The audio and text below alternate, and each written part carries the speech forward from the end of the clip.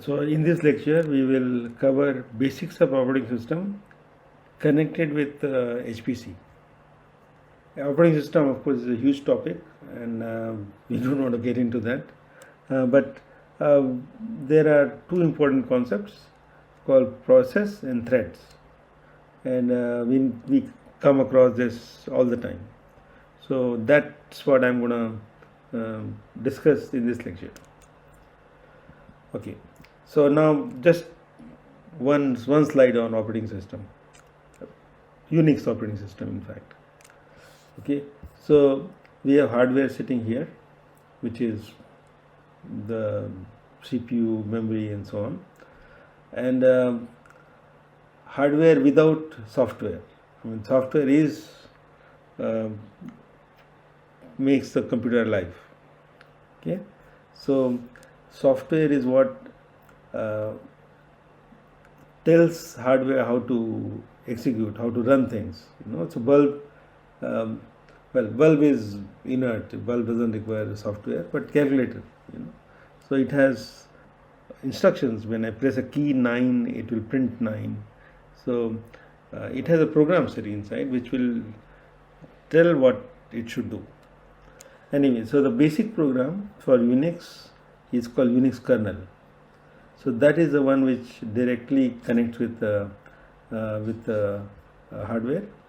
So it manages hardware, and also Unix kernel is the one which will also percolate outward to user and apps. So Unix kernel is sitting at the closest to the hardware, but this is what executes. So when I say print, the user is telling print. So somebody will transmit it to the Unix kernel, and Unix kernel will execute instruction to the printer saying you do need to do it. So kernels are like back desk, where the real people who work, the clerks, are sitting there. Okay, so this is Unix kernel. We don't need much more than that. I mean, of course, if you're interested, you should read more about it. Okay, now on top of it is called Unix shell, which is interface to the Unix system. So I don't want to. So Unix kernel is basically written in a lower language, zeros and ones, and C language, and bits, bytes, transfer. It's pretty complicated, but at a higher level, like copy files or move files or print, all that is called Unix shell. So these are high level programs. Okay, so this is Unix shell. And basically we work with Unix shell, directory, files, compile. So these are shell functions. And on top of it is applications like MS Word, Dropbox, Facebook. So these are MS Word. These are the applications. So there are 3 layers, 4 layers. Hardware, which is not software but hardware. The software 3 layers: Unix kernel, Unix shell, and applications. Now one important point you need is called terminal. Okay? Terminal doesn't mean the display or the keyboard. So this is called terminal. Okay, so this is the interface. All Unix, Windows, Mac, they have this called terminal, the TRM term. And in terminal you can write commands. So this is the prompt. This dollar is a prompt, and this dollar is a prompt. And when I say ls, it's a list. So it tells you the directory, the files in that list, or subdirectories in that list. Okay. So this is what we get. So terminal is where you can fire commands, like ls is a command, or compile, or execute. All that will be there in terminal. So many people like to give commands like compile, run, all that. In fact, we use here the queue manager. You control via terminal. Okay, so you need to know some basic commands, and that will be executed from the terminal. Now we need to know a little bit about compiler. I mean, what it means, not inside the compiler. Of course, compilers are very clever. We'll come later. We'll discuss later how to use simple flags for optimizing your code. But at the present, for this lecture, you should know that compiler converts higher level programs like Fortran programs or Python programs or C programs to object codes. Okay, and at the bottom, at the base level, computer only understands zeros and ones. Okay, so finally, when you say add two numbers, it is written in zeros and ones. Okay, the number is in zeros and ones. Add function is in zeros and ones. So add will be some key, 100 something. Okay, add among many instructions like subtract, add, multiply. So they have code, and depending on, so computer understand when I see this string, I need to add. Okay. Anyway, so these compilers are very, very complex function programs which convert English language or the C language programs to object code. And these programs, this object code reside in memory, not in hard disk. They in memory, and CPU executes an object code in sequence, one after the other.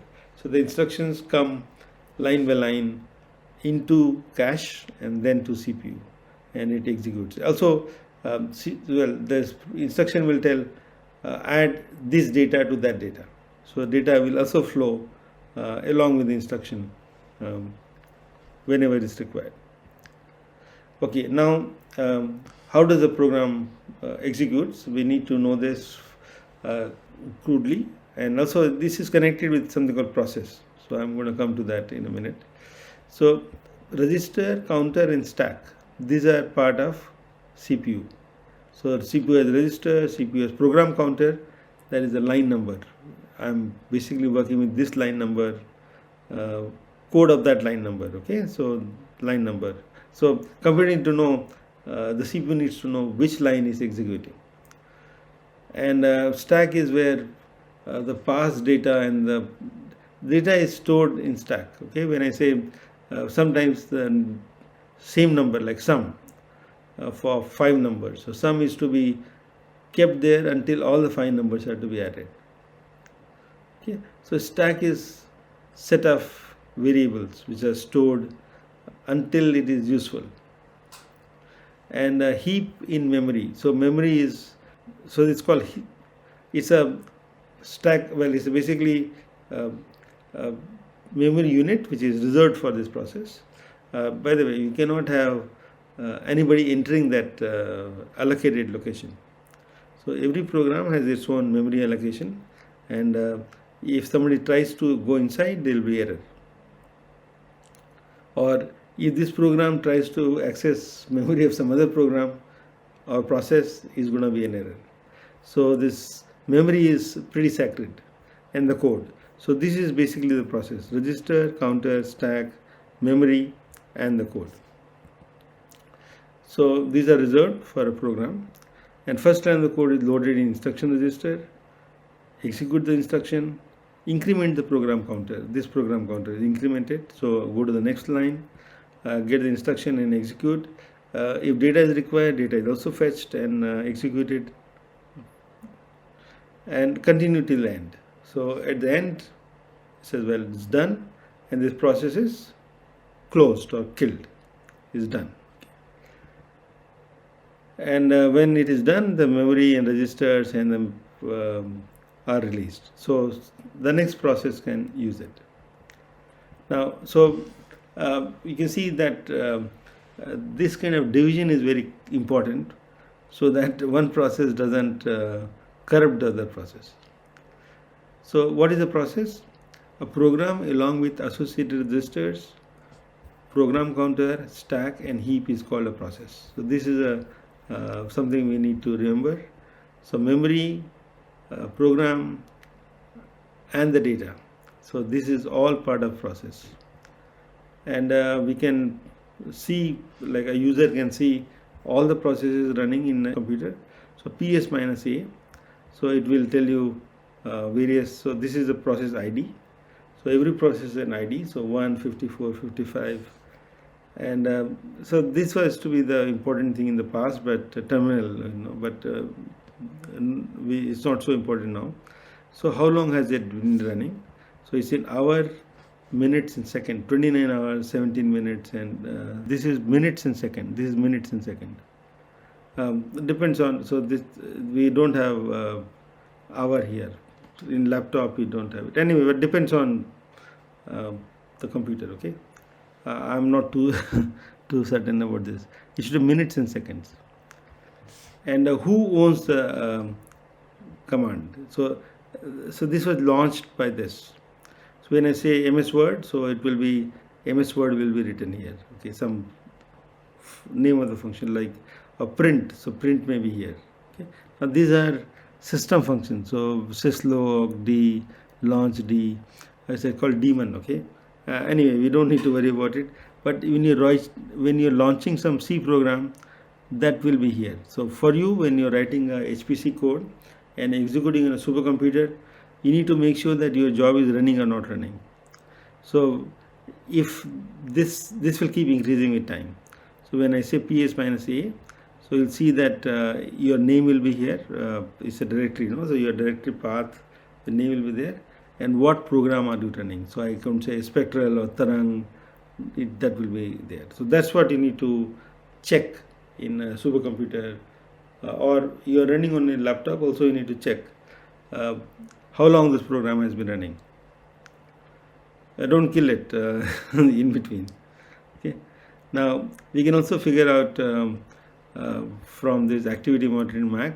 So it gives you all the process and how long is running, CPU is, what percentage of CPU is using, so all that information, how many threads and all that. Okay.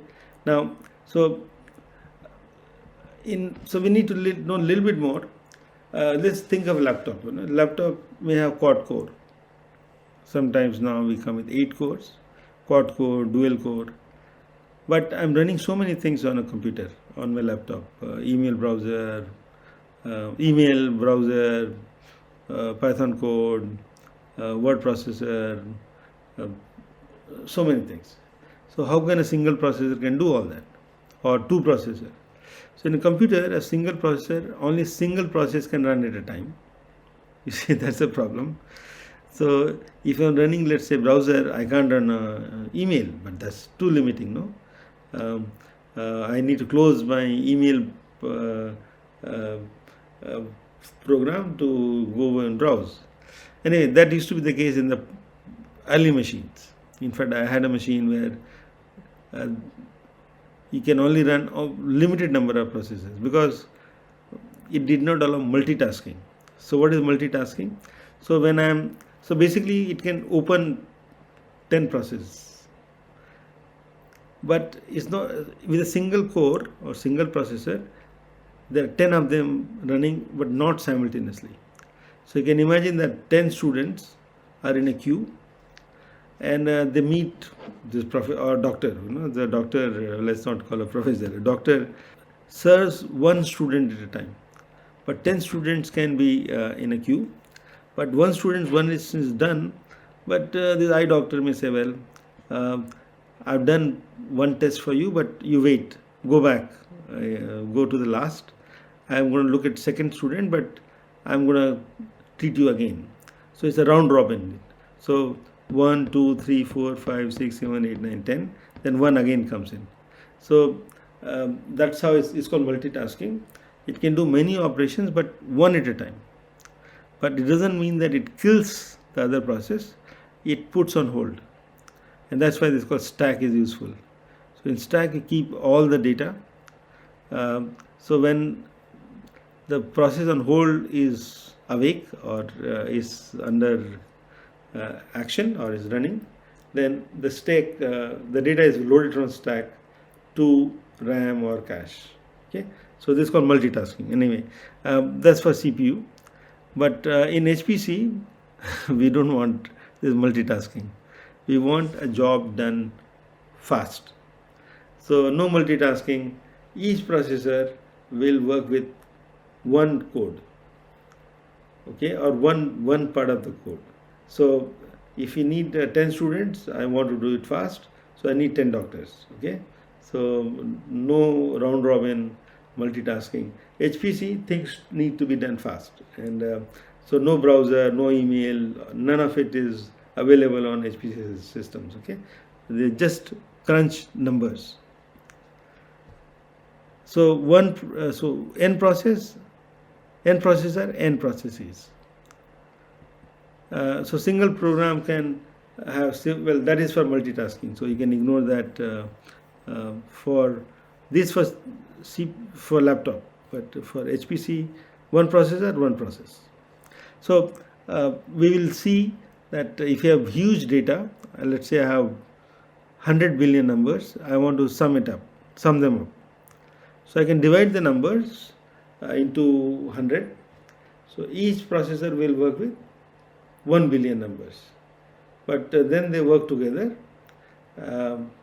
Well, so each guy will do local sum, then they all get added up by, so the master node, one of them says, well, I'll take care of the final sum, and that guy will sum 100 local sums, okay. Anyway, so in HPC, no multitasking, just processors, each processor will work with one process. Okay, so every process in a computer is independent, and that process cannot access data of another process. So this is a very important part. This for safety of the data. Okay, and this will ensure that one process does not corrupt the other process. So process is very important for MPI and for HPC. We are going to see that later. Okay, so please remember this. Now, the next important call is thread. So what's a thread? So we discussed the process. This is a process. So a process has memory. So we remember the process has memory and a code. But look, the memory may be large. My task is too much. So then I can create threads. So basically, we can say, well, I'm going to get some assistants. So this is the main process, but it can create threads, or it can create children, and then of course this is a hard task master, and says, well, children work. So these children are led to work. So this thread 0, thread 1, so there could be 1,000 threads. In fact, in GPUs there are billions of threads, and every thread has its own register, counter, and stack.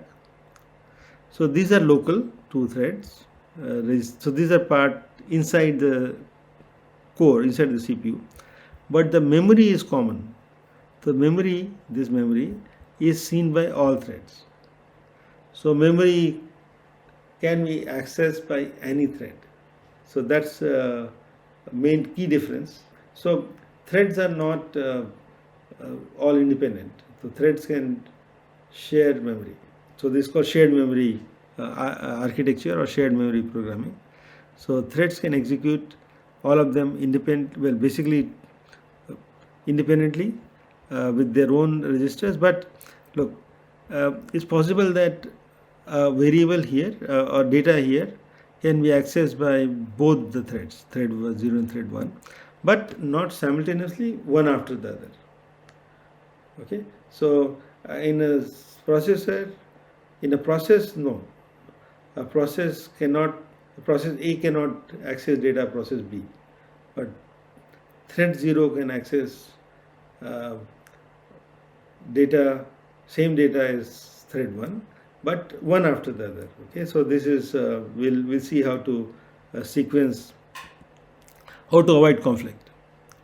So process can be broken into several units of execution that can run in parallel, and each unit is called threads. Okay, this one. Each of the threads has its own register and stack, and threads share memory. So this memory is shared, and other resources of the parent process. And threads are lightweight. Thread termination is quick. So we can create threads easily, and can destroy threads easily. So they are quite fast. So this is called shared memory processing, shared memory, SM is shared memory, and GPUs employ threads. Okay, so the programming for these hardware are somewhat different than ones with MPI. So distributed memory versus shared memory. So we'll come to that later. Okay, so but you need to know the difference between threads and processor. Anyway, so I summarize the difference in this table. So process. So creation and termination of a process is a heavyweight operation. They are heavyweight operations. Okay. Operations should have been S. Thread creation and terminations are lightweight operations. Means it takes less time. Process has its own memory. One process does not share memory with another process. Threads share memory of the parent process that generates threads. So there is a parent process and the children can share the memory. One core typically runs one process. One core can create many threads. And for HPC application, if you're doing OpenMP, one recommends one thread per core. But in GPUs, we have billions of threads. I mean, there's huge number of threads. Okay, so for OpenMP, yes, one thread per core. But for GPUs, one core can have many threads. But they're again scheduled one after the other. It's not that all of them run simultaneously in a core, but scheduling is pretty complex operation. A user doesn't need to know for GPU. Okay, so I think we stop here and we'll come across this process and thread in future. In fact, most of the time we'll come across these constructs or these concepts.